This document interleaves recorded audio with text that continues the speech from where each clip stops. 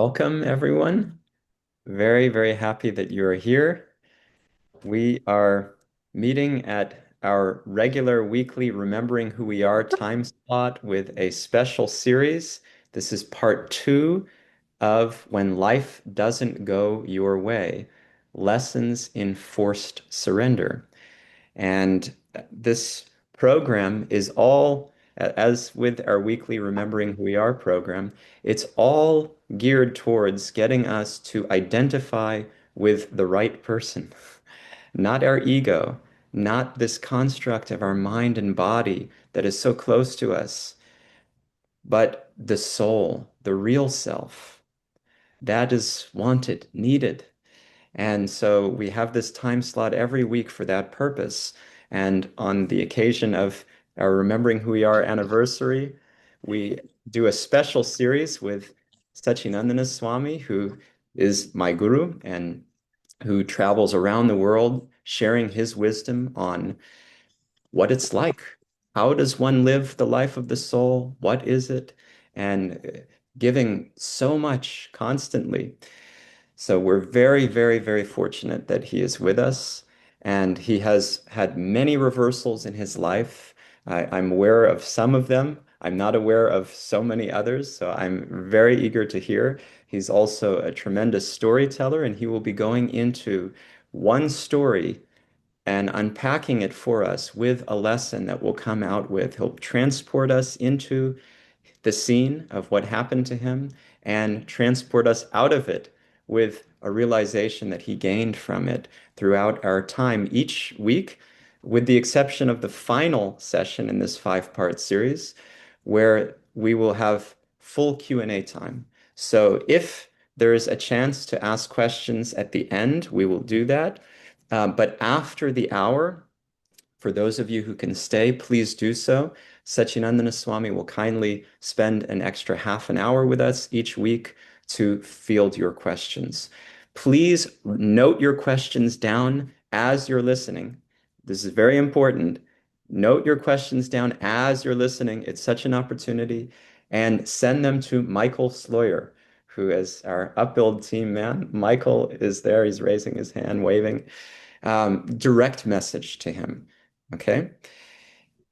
So, yes, we are Zooming from around the world, and Satchidananda Swami is kindly coming to us from Germany right before a big festival, no less.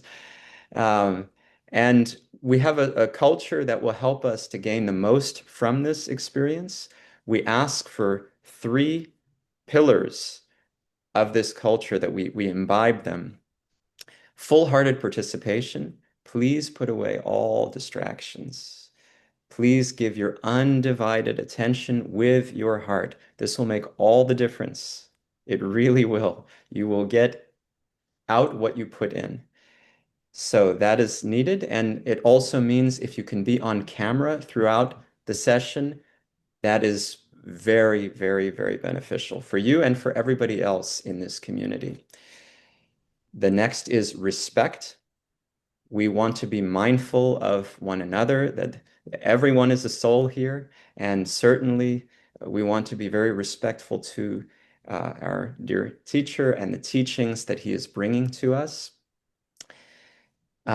And lastly, determination, that we are here not for an experience that will be fleeting. We are here to be changed by this experience. And that requires our receptivity and our intention that I am determined to live what it is that I hear. Whatever strikes me, I want to apply it to my life. And that's a commitment. So your full-hearted participation, respect, and determination is what we ask. And with that, I will hand it over to our speaker, Satchidananda Swami.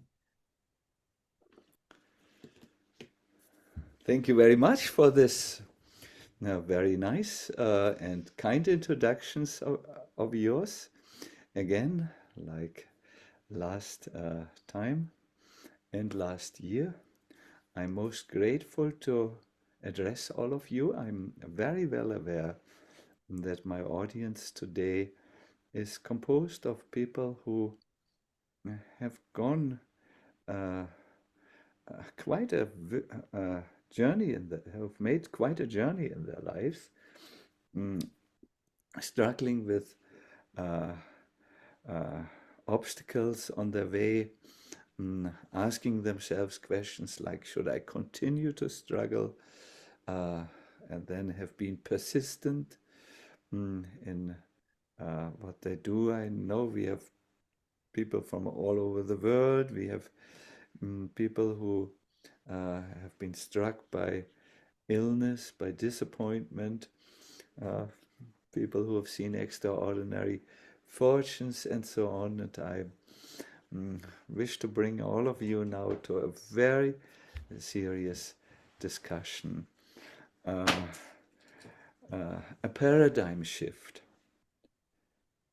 When we hear mm, a title like When Life Doesn't Go Your Way, Lessons in Forced Surrender, I think most of us do know what Goethe spoke about.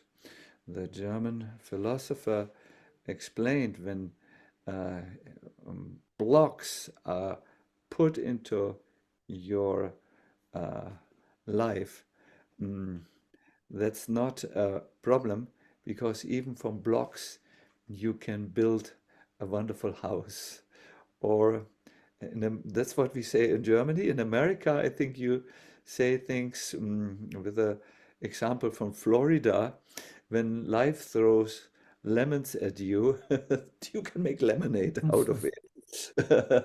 So that is known to most of us, that it can well be that the obstacles which come into our life, when you transform them and make opportunities out of them, you can prosper. But today we want to go a level deeper into a paradigm shift that lets us look entirely different on our life, and therefore let us draw entirely different conclusions and then make entirely different actions. Mm, I will start by telling you a personal story. See, last time we spoke about our journey through India with the buses. The time in India came to its end, and we needed to bring the buses back to Germany to get a new carnet, that's a visa, so to say, or the equivalent of a visa, so that the buses could stay on in India and we could continue with our program. What was our program? Well, we went from village to village. We collected food from those who were a little affluent, grains, vegetables, cooked a big feast for the entire village, and then had an evening of kirtan, spiritual music. We showed a spiritual movie to the villagers. There was always the sensation.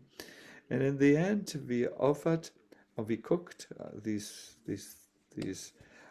raw provisions into a nice feast. We offered it and we distributed it. So during this time, uh, we avoided uh, the Himalaya, sorry, the monsoon by driving up the Himalayas, and but the monsoon caught up with us, and we mm, had landslides then, and I had I had seen landslides before. Uh, I'm getting here mixed up. I'm telling now about this event where we were with buses in in India, and we did this spiritual welfare program, so to say, in the villages, and uh, uh, mm, uh, we needed to bring the buses back.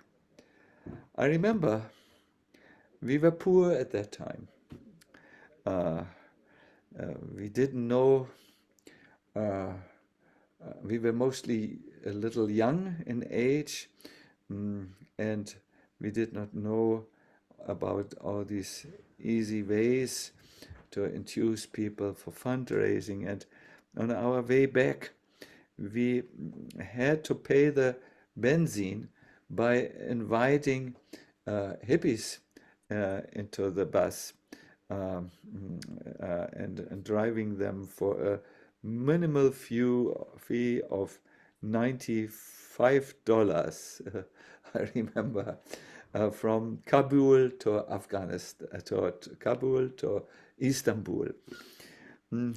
We told them many times, no one of you should bring any substances that look like substance abuse, because we will be checked for that, and we will have to, uh, we will all suffer from interrogation and so on. But the young people couldn't leave their hashish in India or in Kabul. And I remember once we were totally, we were stopped, and it was on the entry to Persia, and we were almost forbidden to continue our journey. Then I went out and said, these are people who live a different life, but I'm a monk. I do not take all these things, and we are in charge of the bus. I told them to avoid this, taking these things, but please don't be so stern with them. And please believe me, it's not a smuggling bus. We are just monks and we are poor. We needed to take passengers. And because I talked to them for 1 hour, they finally got tired of me, and they let the whole bus continue on.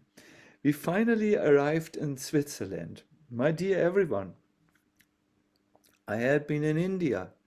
I had been in the East for what I considered a long time. To now uh, come back to Switzerland felt uh, like landing on a different planet. Uh, it was not easy. Uh, there was not much going on in terms of uh, my my my ashram. Means there were no other monks in Switzerland, and we tried many things, knocked on many doors. I remember I went to the UN in Geneva. How do we say in English? Geneva, and requested them to look into this model of our greatest ashram in India, the Mayapur temple, and support us in building a temple where the whole world could come and see the necessity of, or see the beauty of spiritual life. Mm, but uh, it was hard work. As I said, we knocked at the UN door, we knocked at farmers' doors. We said, we have a simple message.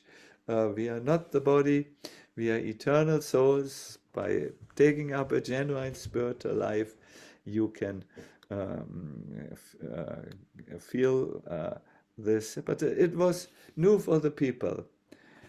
Uh, at that time, we lived at the house of a friend, and one afternoon, I went out into the surrounding hills, to just think about everything and think about where could I be most useful, when all of a sudden I felt something was terrible wrong.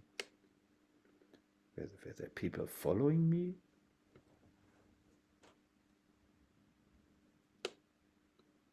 not that I could see. Then I became extremely tired. I've never been so tired. I just made it to the root of one tree, I still remember, and put my body to rest and my head on the root of the tree. And I dreamt very, very disturbed dreams of wars and bleeding people. I woke up late at night when I looked at my wristwatch. It was 12 o'clock or coming to 12. I went on my feet and walked and fell immediately on the ground. Was I poisoned? I remember having been poisoned before. I barely made it to the door of these friendly parents who gave us rooms, and everyone was totally worried. Where were you? We didn't know where you are. And look at the time, it's night. But as they spoke to me, I fell, and I fell, fortunately, forward into the arms of my fellow monk, Chitrakara. When I woke up, I was in the hospital. And I was diagnosed to have malaria. Now, malaria has different degrees, and then there is one degree which is rare.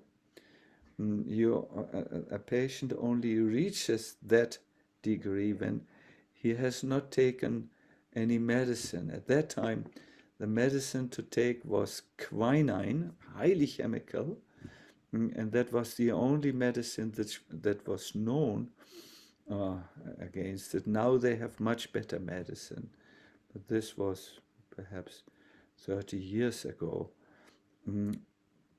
And I was, in terms of the degree of the illness, already just coming to the end, really. I don't have any recollections of the first few days in the hospital. Only one brief conversation with one sister, I remember, who said, "We've never seen this. You are sweating so intensely. We have to change 4 to 5 times your entire bed. It's all dripping wet. From where do you take all this water?" I said, "I don't know." And then I was already back in coma. It was serious. My parents were alarmed and came by helicopter from north of Germany to see their son, perhaps for the last time. And during that time,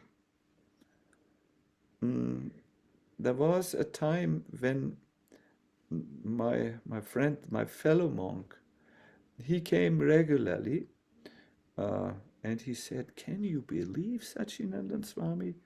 One of the doors on which we knocked gave us a whole farm. We could plant vegetables. There is a beautiful lake there. There is a beautiful house that can be used for an ashram.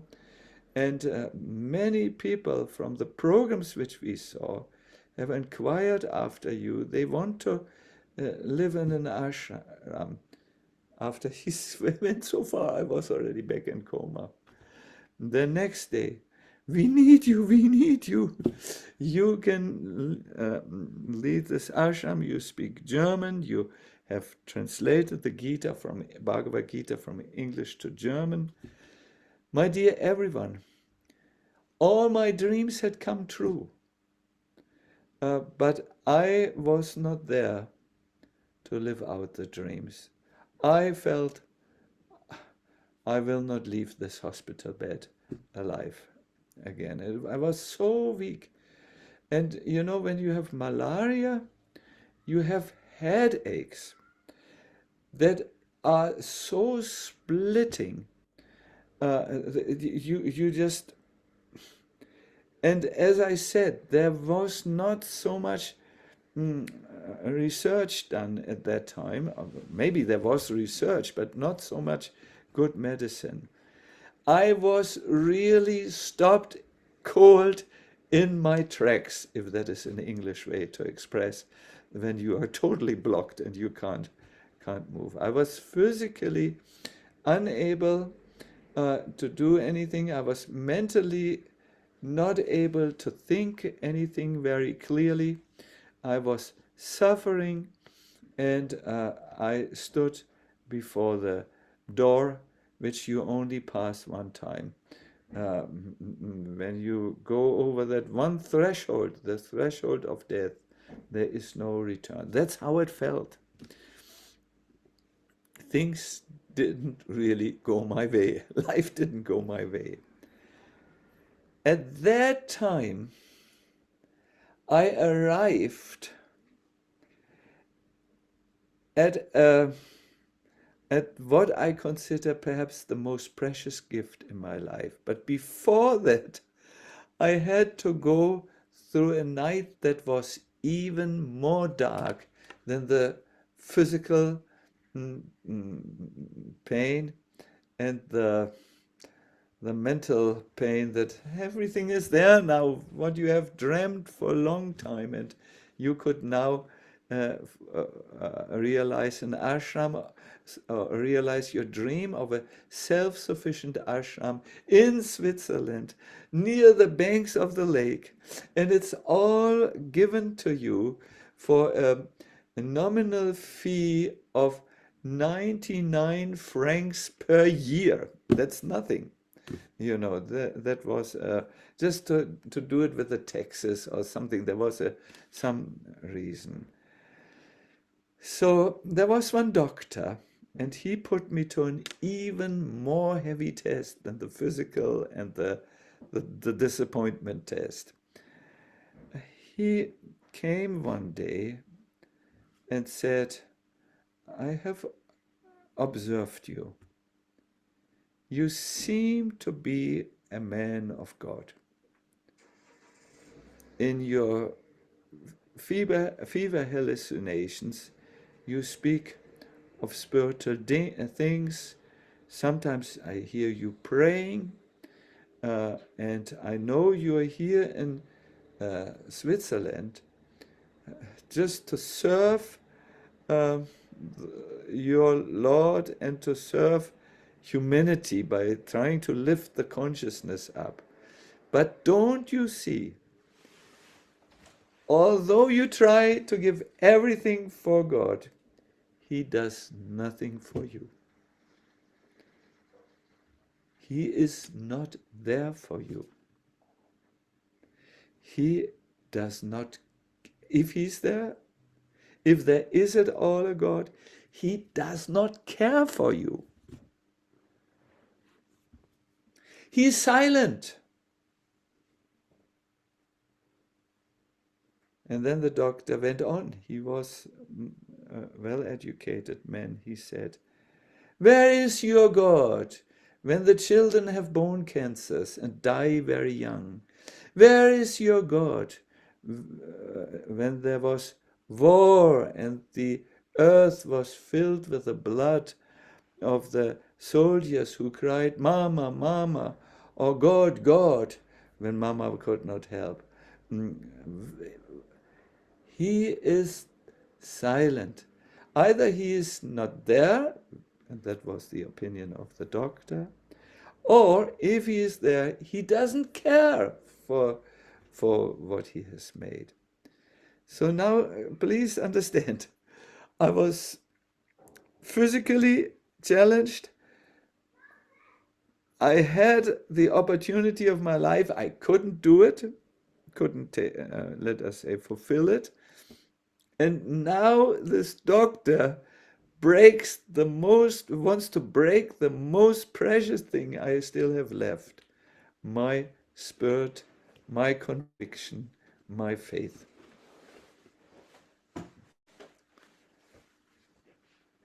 During this time, I had to think deeply. I must say I struggled with this question. Before I entered the ashram, I had this question already. It was an old question. I, uh, I had asked this question to my spiritual master. I had, and I wanted to make my further steps dependent on his answer. Only if he could give a good answer was I ready to move forward and even consider to become a monk. My question at that time, it was in 71, to him was, if God is the creator, like you say,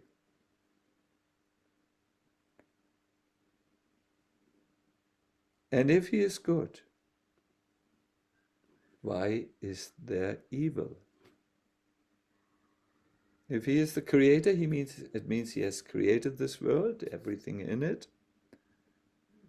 Then he must, and if he really is good, like you say, then he must have protected the people from wars and illness and evil and disappointment. But he didn't do that. So either he is not the creator or a powerless creator, or what is even worse, he is mean-spirited.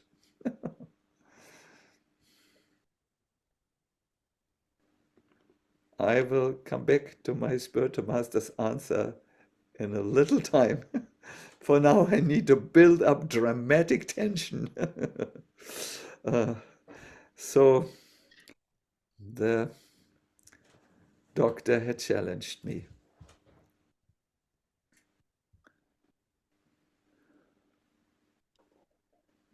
and I wanted to answer this question, his question or his challenge, not just from the mind, but from my experience. I first needed to be clear about this. I the malaria went a little down, not very much down. Maybe my bed needed to be changed only 3 times or 2 times a day. I was not sweating so much, but I struggled now with an issue. Yes, most people come to spiritual life with the expectation that the situation in life becomes improved. They feel more happy. Maybe they are not richer or more beautiful, but but at least satisfied and peaceful. But what if you come to spiritual life and your situation doesn't improve, but it worsens? It goes down. At that time, many people who consider the spiritual path give up on it. They are not willing to continue.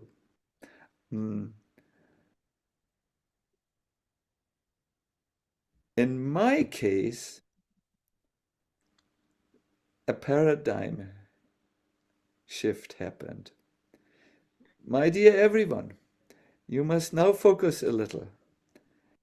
In spiritual life, there are two types of miracles. The first miracle is very much known. It's called the divine arrangement in your life. A patient who is ill suddenly gets very healthy, and the doctors say, we don't know how this happened. A poor man becomes an instant success. Or let us say someone is in a very bad accident, and suddenly his car, which is on a direct direction for destruction, heading towards a tree or another car who comes from the front. It seems to be almost lifted and placed in a secure position. Or there might be miracles where someone has a divine vision of the Buddha, of Jesus, of Krishna coming to them. That's one type of miracle, that something that happens to you and to your situation. But the second miracle in spiritual life has nothing to do with improving your material situation. It is all about strengthening your spiritual um, life, your faith, your connection, your taste, your setting of priorities, and so on. I need to show this to you by making a drawing here. I'm not so prepared. Can I request for my notebook? Yes, yes, yes, yes, yes. Yeah, you are an angel with wings. Hmm. Let me show you something. Hmm. Here. In the beginning, when we start with our spiritual life, our understanding of Krishna is small, but our identification with the world is big. I know there are ways to do this on the computer, but I don't even know how to use a mobile telephone very good. So you have to see here. There's a small circle that is Krishna. Oh, it's at least on my screen. Can you see it on your screen, my writing, or not? Yes. Good. And your understanding, your perception, your evaluation of the world is very big. It occupies you. Your, your sleep, your health, your food, your relationships, your income, your problems, and so on. It is occupying you from morning till evening. And if you have a time where you go, oh Krishna, this very small time window. As you progress in spiritual life, something happens. Your understanding of Krishna becomes um, big, and your consideration of the world, that's the small circle, and your occupation with the world becomes very, very small. And at that time, you're ready to claim your most valuable treasure. The treasures of the soul are not money, are not physical beauty, is not even a palatial building in North America and the position of a governor of state in the dreamland California. At least we in Europe always think California is the land where of the, what is it, the oranges and of the I don't know what they. I remember oranges, but maybe that's even wrong. Maybe that's Florida. Anyways, the greatest treasure for the soul is not to improve its situation in the prison of the material life, in the prison of birth and death, where no matter what you try, the prison bars remain. We have a story of this in Germany. There was once a, a prisoner. He was a B class prisoner. There's B class.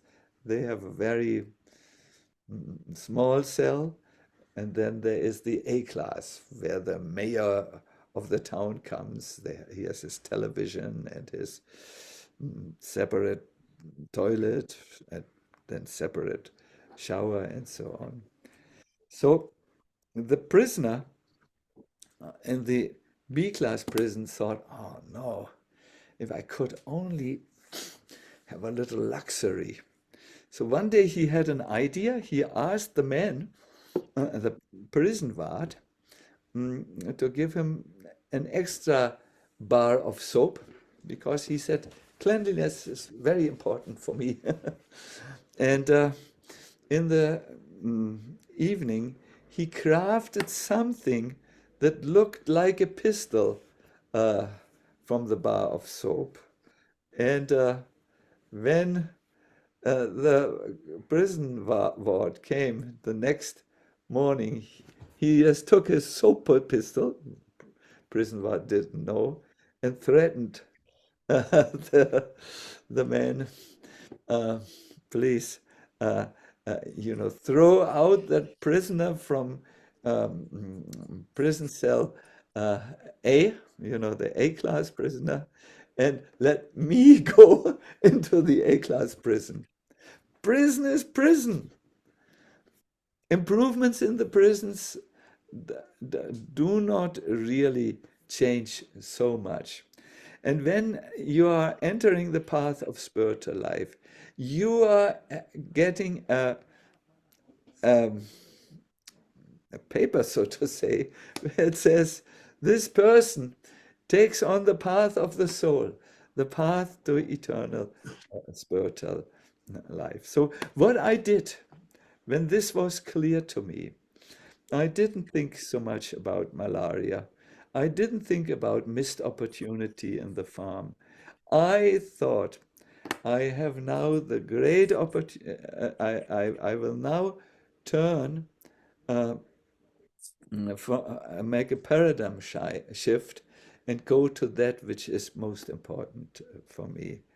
I began to really take sincere shelter, knowing that there was the medicine was not really working so well. The doctors told me that they did not know. They had made many phone calls also to India, but they couldn't treat it faster and more efficient. But I said to them, I'm now going another path, not the path of using my spiritual life for material well-being, but uh, going in the direction of my spiritual well-being. I remained sick, uh, but I became a glowing patient, not glowing from the fever, but glowing from enthusiasm, from inspiration, and so on. And this has remained with me. Yes, I have also seen disappointment. Yes, I have also seen physical weaknesses. Yes, I have lost in the last 1.5 week 6 people to unexpected death, people who are close to me. Perhaps it happens also in your case. It seems the something has accelerated in speed, um, and so on. But uh, I see death now differently. I see lengthening one's life not as the main subject. Lengthening the life is staying in prison. Uh, I see more everything more as an opportunity for that means not that is not what I want to say.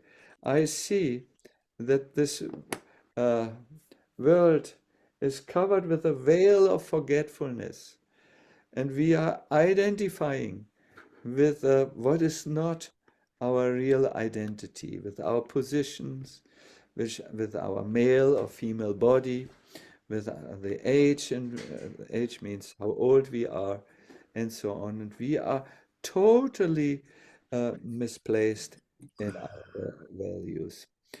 So this experience there and then was a awakening experience that had a lot of power for me. I would now like mm, mm, to give all of us a little meditation. It will be similar to the one which we did, but you are now experienced meditators and you will most probably go deeper. And then let me look at yeah, then we have hopefully a little time before the full hour. But do you understand? You are talking to a person who has who is no longer attached to the wrong concepts and is not uh, suffering when things go wrong. Um, my secretary will smile at me and said, "Well, you are very eager to settle your life." Yes, for service, so that I'm not, let us say, mm, mm, uh, hampered in my most important uh, activity. But really, uh, I consider it a great freedom to get up every moment of the day, to leave my material attachments, the bars which hold me, because then I'm actually free from the prison bars of illusion. Should we meditate?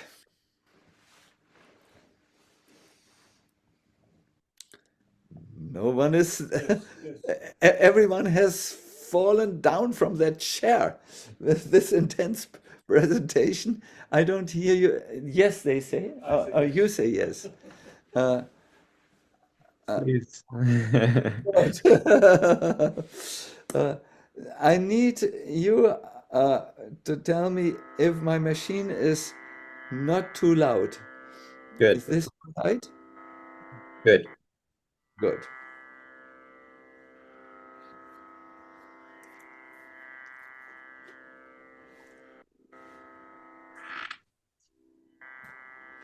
I request you all to invest a little bit in this spiritual journey of meditation. We will try to make contact with that real self within us, which stands when this body falls, which tells me to forgive when I am reacting out of anger. We are trying to come in contact with that self that gives me hope when everything is hopeless around me. And that self that tells me also when everything is full of the fulfillment of all my material desires, that's not what you really need. We're trying to get in contact with the true I. So kindly find a very comfortable position and not lying down. Well, if you want, you can actually also lie down, but you should remain alert and awake.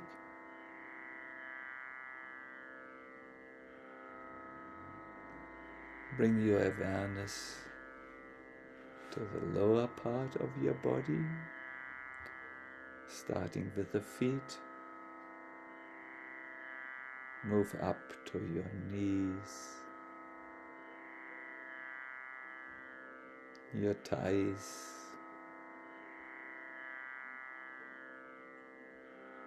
your sitting bones, and relax all that. Let it just soften the muscles. Perhaps try to feel the weight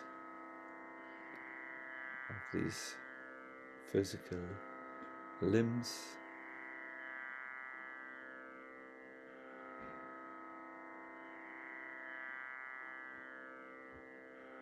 Move up your lower spine, then go to your upper spine, it means your back. Relax.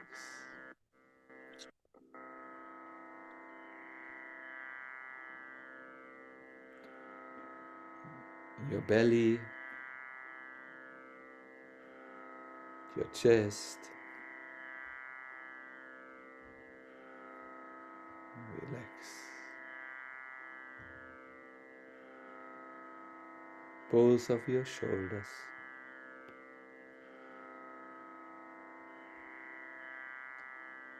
Upper and lower arms and hands.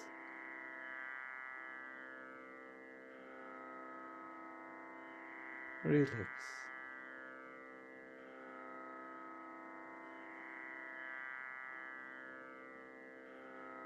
The back of your neck,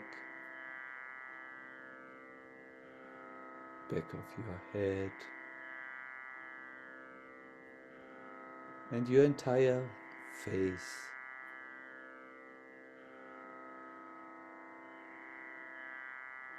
Relax.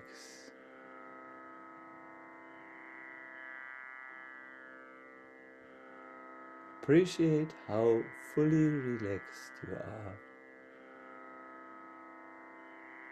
Safe and eager to continue with the meditation. Now breathe in and out. Do deep inhalation and then perhaps on a sigh.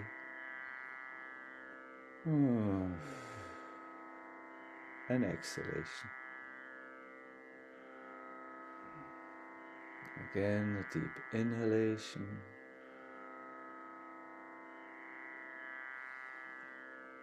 And a long exhalation.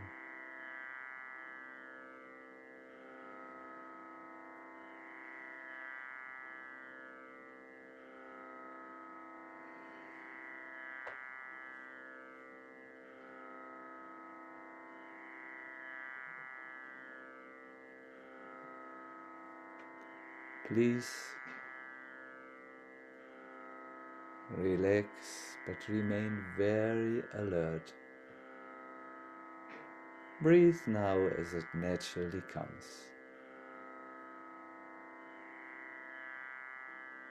Think for a moment of the blood that circulates through your body. Do you know that within a short span of time, your blood cells are completely exchanged with new ones?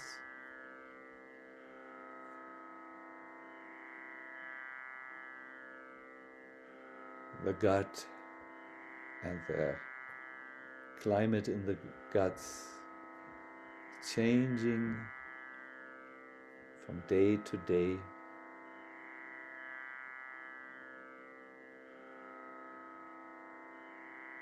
The cells in your body are constantly exchanged. Old ones go, new ones are built.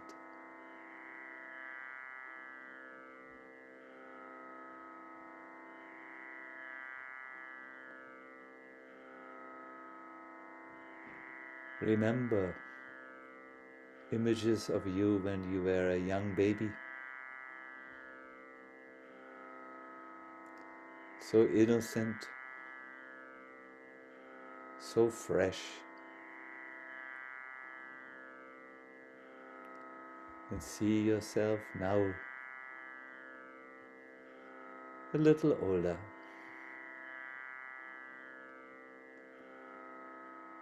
Thoughts have changed.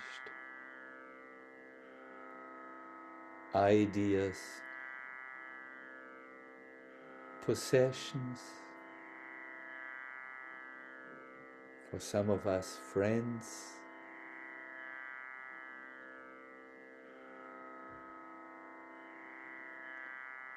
But deep inside, there's the one who remembers. That's me. When he looks at the baby body, who remembers, yes, that's me. When I was on a hiking trip in Arizona. Yes, that's me when I gained and when I lost.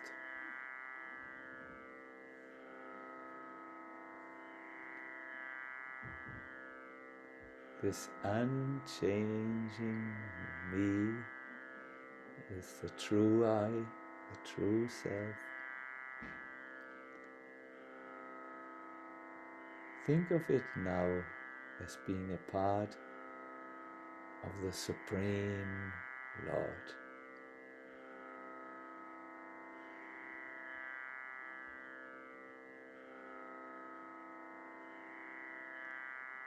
This true I is all right the way it is. It doesn't have to become a better version of himself or herself. It is a part of the Supreme Person. It is full of knowing, full of happiness, and it does not die when the body dies.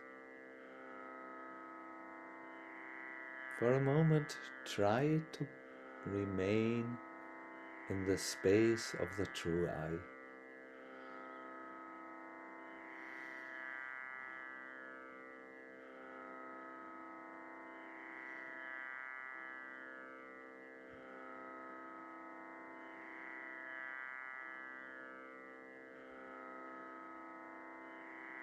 Think of it as being in the hands or in the presence of the Supreme Being.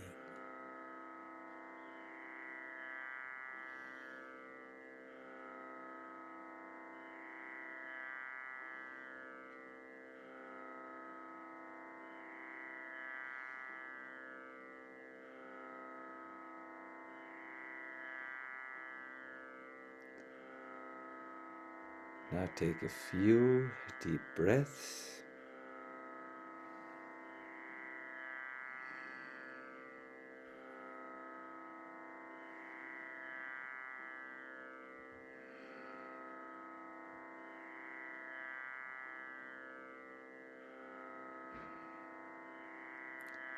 Come back to room awareness and computer awareness.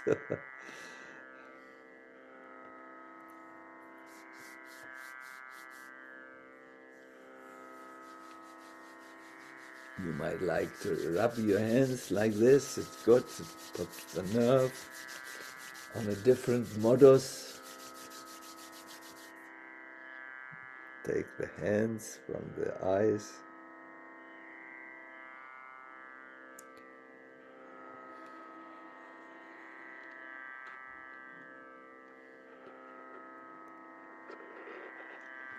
My dear everyone, when the doctor came back after 2 days, well, he had come the next day also, but I was still not, the body was not well. But after 2 days I had my answer and I said, I'm so happy, so blissful. I'm not afraid of anything because I found myself.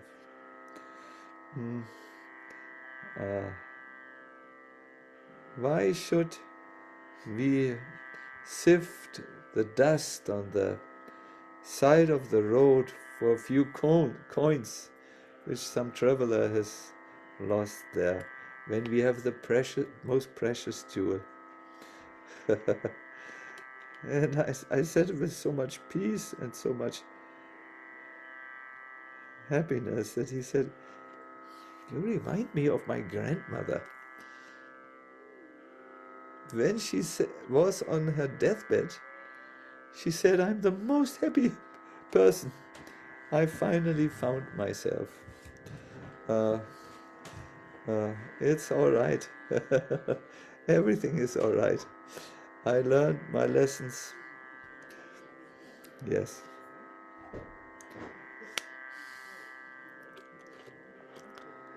I will pause my reflections here. I hope it was uh, inspiring for you to listen. Today, uh, you could call the whole session Finding the True I, even when the laundry needed to be changed. Good. So I will see now. We have still a few more minutes before the full hour. I want to see if there is any question from the audience. And as our host has indicated, we do have half an hour after the full hour for questions and answers. But this is for those of you who have a full schedule. So let's go to your question. Because we have just a couple of minutes left, I had only one question that we must have answered before the hour is up, which is what did your spiritual master say in response when you left us hanging in that place? I hope that someone would remember. Yes, he said, not Krishna has created this world, but you have created it. I thought, what? I can't even create a meal. What to speak of a whole world? uh, and I asked, I was young, and I was informed that Prabhupada had spoken about this. Just like the criminal with his criminal activities, where he creates such a mess around himself and in his life, is uh, making the detention uh, camp or the prison uh, necessary, and creates by his activities the prison. I have had the wrong mindset, created a mess around myself and for everyone else.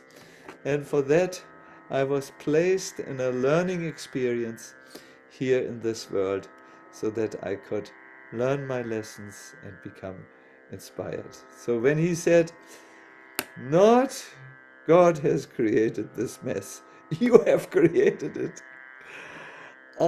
I did not understand logically, I must say, but it somehow pierced through the layers of forgetfulness. It sparked my spiritual life and spiritual interest. It began to, and I made the decision afterwards. Okay, I'm going to become a monk for 1 year. Then I will see what if this works for me. And it worked, and I'm now uh, for more than 50 years going on this path, and do not regret any moment, because it is even my mistakes are lessons. Thank you so much, Sacinandana Swami. We're so blessed to have you, such a gift. And thank you for everyone who has joined us for this. We hope you've gained so much and that you take it with you. Please do stay with us now if you can. We will come to your questions if you can stay with us. So all the best. And If you're leaving now, we'll see you next week for part three in a new story of Sacinandana Swami. All the best. So we will transition here. Barsha, would you kindly ask your question? Yeah, Haribol, thank you for that wonderful talk. My question was, sometimes we have internal blocks which we are not even aware they exist. How do we build from those blocks? Wonderful question, Varsha. It's so erudite.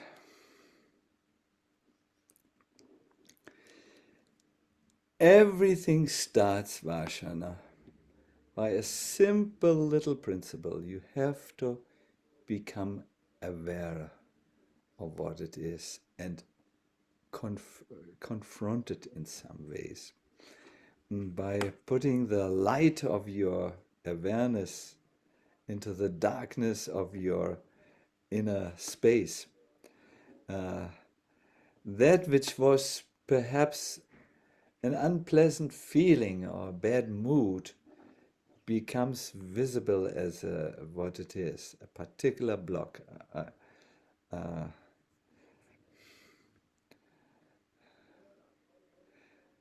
Once you have done this, a big, big work has been achieved. What most of us do, we keep this in the subconsciousness like a crazy brother whom we don't want the world to see. And then all of a sudden, when we have a guest who really is important for us, wow, the crazy brother storms out of the cellar and ruins everything, including the reputation which we wanted to build up about ourselves. So you need to face these obstacles, and then uh, once you have identified them, you need to know how to remove them. And there are basically three things I want to recommend to you. One is have association with spiritual minded people and engage in discussion. Find out their story, how they overcame their obstacles. That will color your mind in a very favorable way. The second thing that helps you to overcome your inner obstacles or blockages is a spiritual lifestyle that brings light into the darkness. It starts really with acquiring some spiritual wisdom. But the spiritual wisdom, Vasha, will remain a theory only if you don't complement your knowledge with a spiritual practice that helps you to make an experience. I told you already about Sangha, the need for having spiritual association, and then do something that is not your original profession. Uh, when I have guests, some of them are professors, some of them are martial artists, some of them are singers, and so on. And I always tell them, please, today, forget all of this, join our cook, Prabhu, Gaur Krishna, in the ashram kitchen and help cut vegetables. It will be very good for you to move out of your mind and into service, selfless service, where you're not serving your ego or what you think you are. And finally, what helps you to get over the inner blockages is something which I call the emotional traffic light. But Vasha, uh, let's see. I think today someone will ask me a question where I have to tell the emotional traffic light. So stay with us. I have the good intuition. It will come out today. If I talk now too long for you, that maybe I don't know. Then someone can else cannot ask the question. But thank you, Basha. Thank you. Don't keep something in the cellar. Discuss, and before you can perhaps discuss, you need to establish good relationships, loving, trusting relationships. That can be done in a therapeutic or counseling framework, also, or it can be even outside a professional counseling session. That helps a lot because there's so much hidden there in the cellar which we don't even see. We only feel something is not right. Yes, thank you. So stay with us. Emotional traffic light is very important for you, and we will just come to this. And I will, when I start talking about it, I will say, Basha, this is for you as well. Yes. Thank you. Thank you so much. Thank you, Barsha. Jeremy, would you please ask your question? Yes, thank you.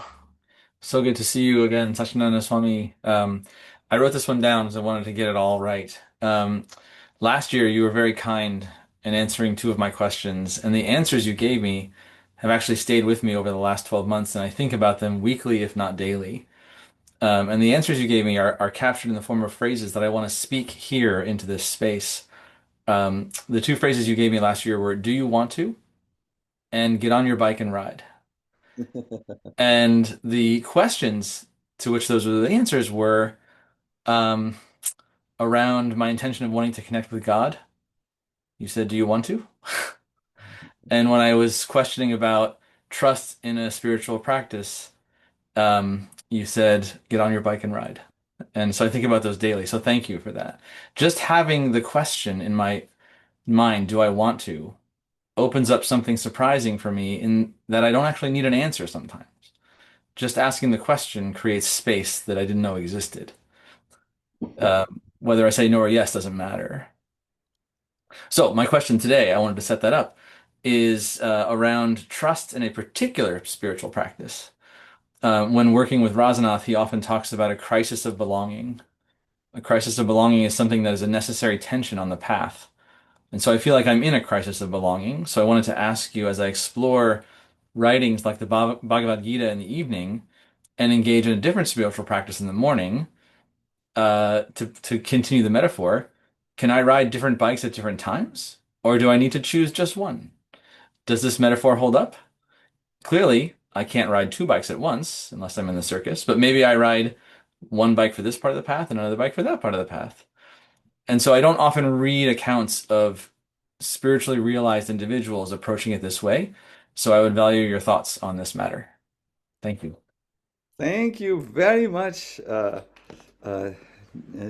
Jeremy. What a pleasure to hear your well-formulated approach to spiritual life.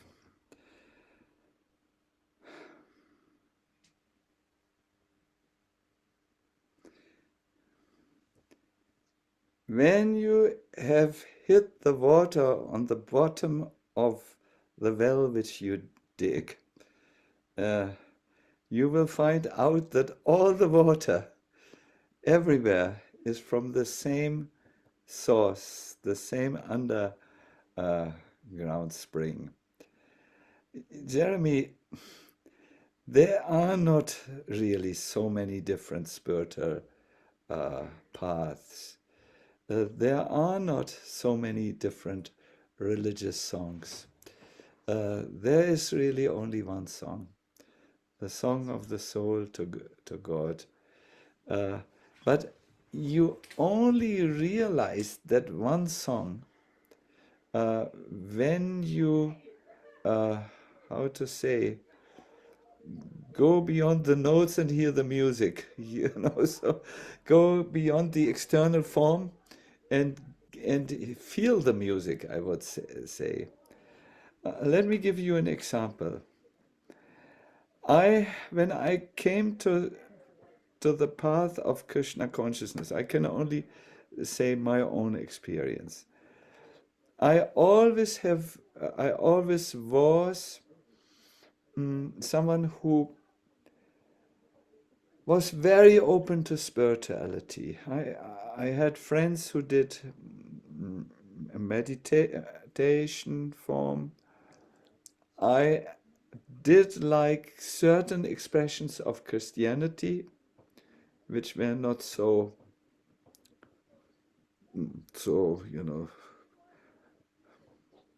trying to get members, I would say it like so preachy, I think you would say. I was very interested in many, many things. I could, but then I decided I have to choose some practice, a practice, stay with it, and get to some real spiritual result. And that's what I want to express with my example. When I dig a well, if I dig a well for 3 meters deep, and then I say, well, I've not yet hit groundwater, then I go to another place and dig a well that is 2 meters deep, and again no groundwater. Then I go to yet another place and dig a well that is 3 meters, 70 centimeters deep. I also have not hit well water. If I would have stayed in the first well, added 2 meters to it, then I would be already at 3 meters, 5 meters, and then I hope I have not forgotten the meter numbers.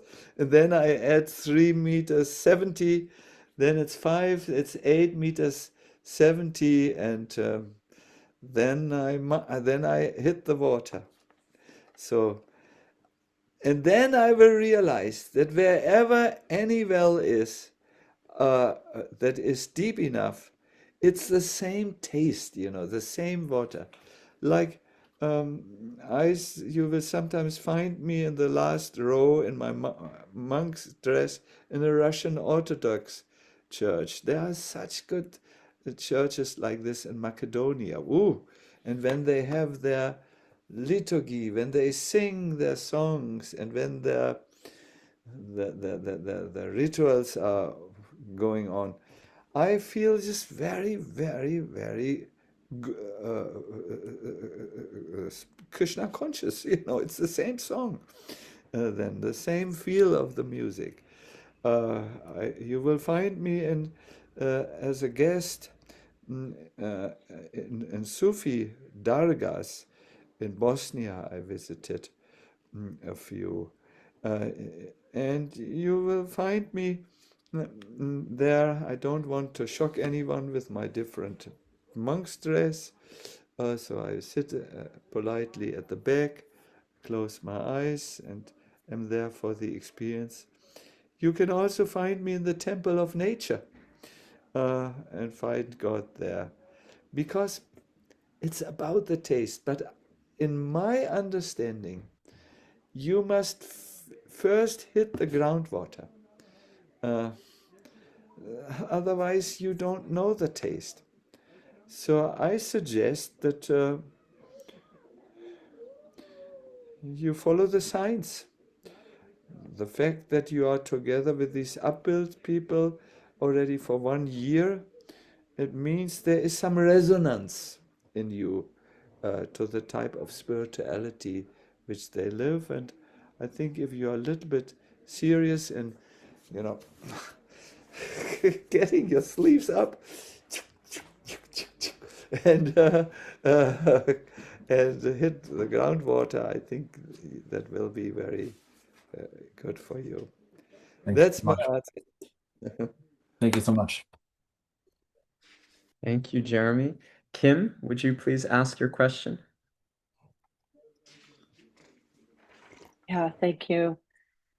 I first want to express my gratitude for the story because it's really an old memory I have, and from a very long time ago of being a child and listening to stories and just loving to be seated at the foot of somebody who's telling a story out loud. It's just a very, very good memory that I have, and it's very old, and it doesn't come up very much. So thank you so much for that. And then I wanted to say that as I was transported by the story, which was the drama was great, there was a moment when you were talking about the doctor who was, standing at what was potentially your deathbed. And I mean, even now I get chills and I feel angry about it, like questioning your spirituality and trying to trying to take that from you when you were possibly dying. And it makes me so I feel furious when I think about that because it feels cruel. And so, but what I recognize is that that hijacks me out of the story. You're not feeling angry and resentful of that person, and but my point is that I'm hijacked out of it, and I came back, but I was wondering if you have any advice as to how one can manage those kinds of emotions, which, even though they're righteous and they can drive social justice and fighting the good fight, it doesn't, at this point in my life, it doesn't feel like positive spiritual energy. It's not an energy that I think is in the right direction.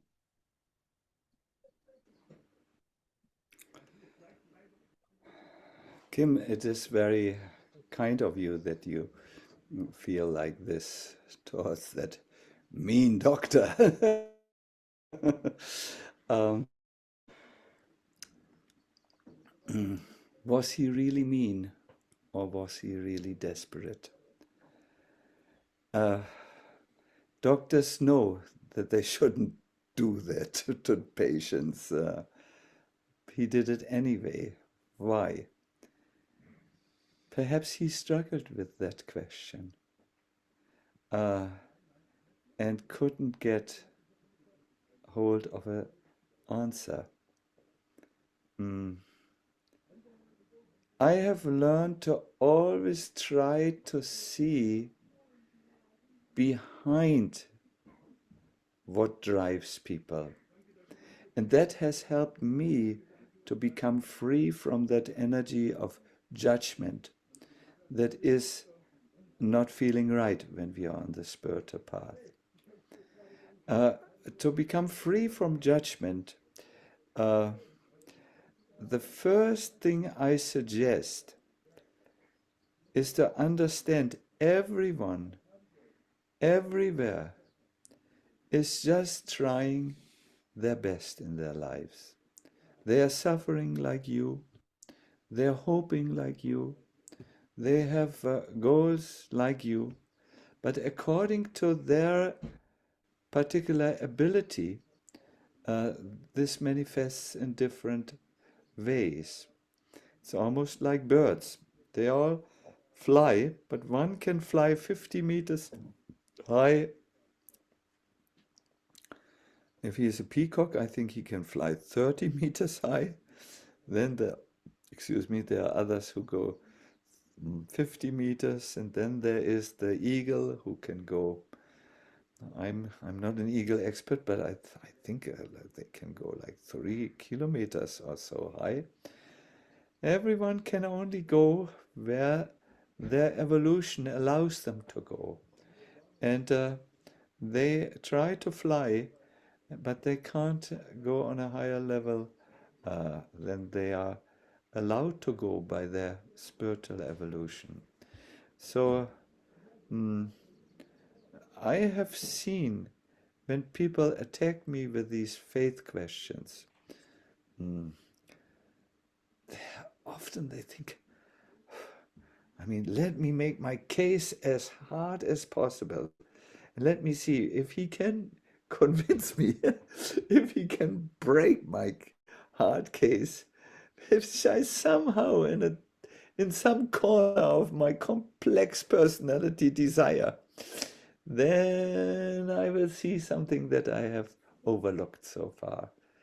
I have often seen those who are the hardest um, are easier to convince than those who go along. Yes, I am okay with this. I'm okay with spiritual life. Yeah, I'm okay with meditation. Yeah, I believe in some God, in God and so on. But who never ever get out of the mediocrity of just coasting along without putting some intensity to their spiritual life. You often have see that the greatest saints were the greatest sinners. You often see that those who are most convinced are those who were very, very much against it.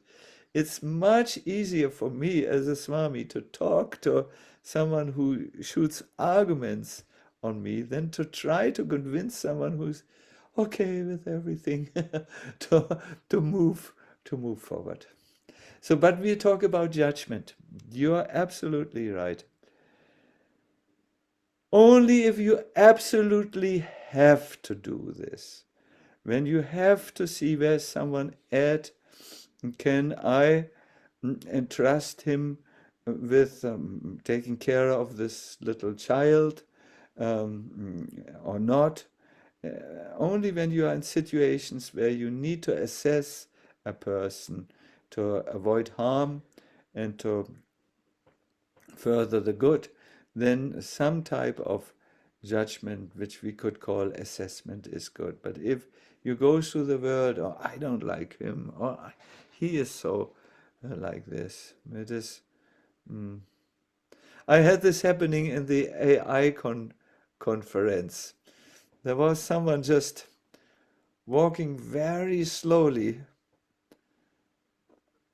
and I thought, well, he is handicapped. What is he doing on a conference? But then I heard him talk, and his thought was so precise and so optimistic, so good that I thought, oh, again, I have misjudged someone and placed a judgment based on externality. Now, even if someone is what you think they are, it's not up to us to judge. It's not our duty unless we have to take care. But thank you, and thank you that I felt also something very good in you. You were like a lioness. Leave the monk alone. That is good. That type of we need lionesses like you, Kim. Thank you so much, Kim.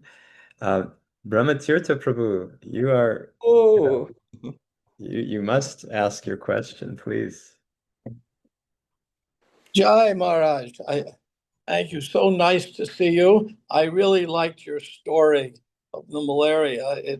And one of the lessons you gave was any suffering we have, there's some benefit to it. There's something we get out of it. And we can learn the lesson or not learn it.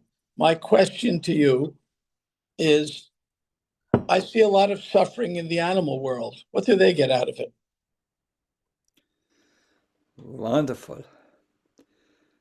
I cannot refrain from saying I'm so happy to see you. Somehow you have conquered my heart in a good way. Good. So now coming to your question.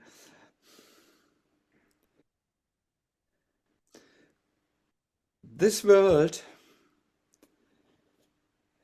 has two big